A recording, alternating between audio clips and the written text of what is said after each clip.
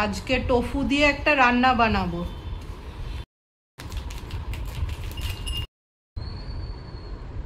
আমি এবারে এগুলোকে লম্বা লম্বা পিস করে চৌকো আকারে কেটে নিচ্ছি। পনির যেভাবে কাটা হয় আমি ওইভাবেই কেটে নেব।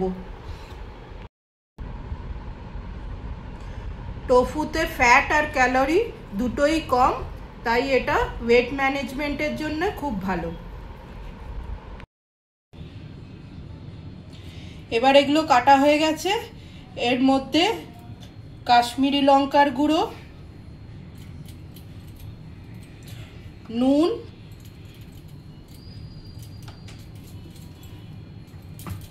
অল্প সাদা তেল সব কিছু দিয়ে মাখিয়ে নিয়ে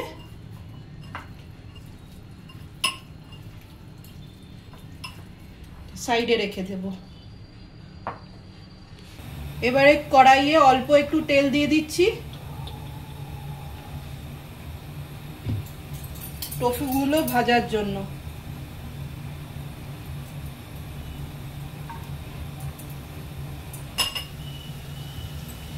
এগুলো হালকা করে ভেজে নেব।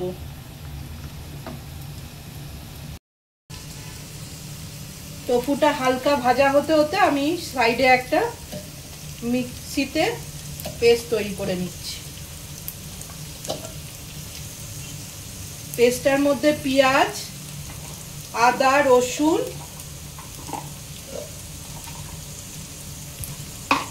টমেটো আর কাঁচা লঙ্কা দিচ্ছি।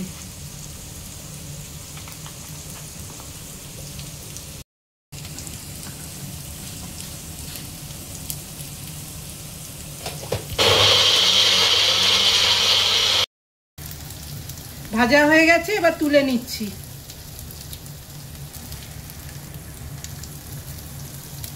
এটা বেশি ভাজা হবে না, হালকা হালকা নরম করে ভাজা হবে।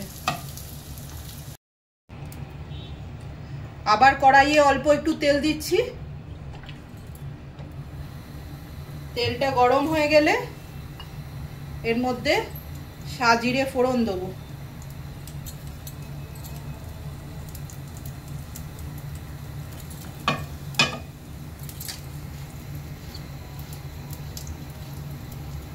এবার যে পেস্টটা তৈরি করেছিলাম সেটা ঢেলে দিচ্ছি।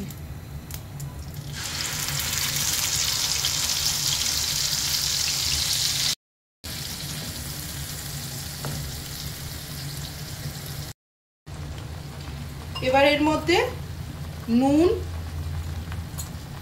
পরিমাণ মতন, হলুদ,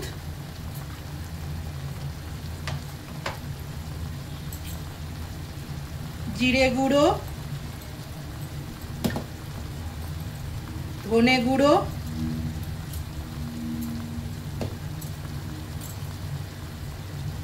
কাশ্মীরি লাল লঙ্কার গুঁড়ো আর অল্প একটু মিষ্টি। মিষ্টির জন্য আমি গুড় দিলাম, আপনারা চাইলে চিনিও দিতে পারেন। এবার এই মশলাটা থেকে যতক্ষণ না তেল বেরোচ্ছে ততক্ষণ এটা নাড়াচাড়া করতে হবে। মশলাটা থেকে তেল বেরিয়ে গেছে, এবারে টক দই দিয়ে দিলাম।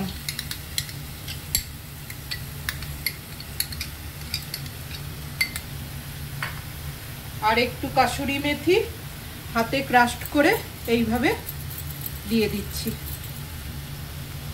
সব কিছু দিয়ে আবার নাড়িয়ে চাড়িয়ে নেব।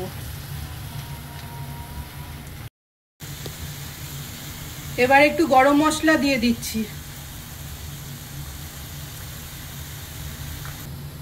এবার ভাজা টোফুগুলো এর সাথে মিক্সড করে দিলাম।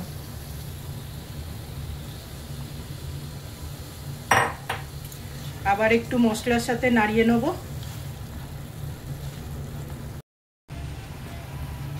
এবার মশলার যে জলটা মিক্সিতে গুলে এটা ঢেলে দিলাম।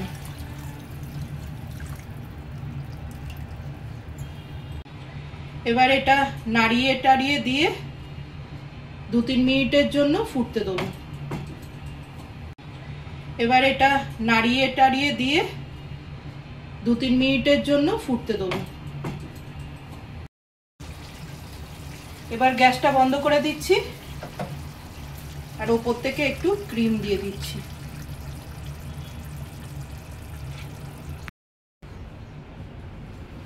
তৈরি হয়ে গেল টোফুর ডিশটা।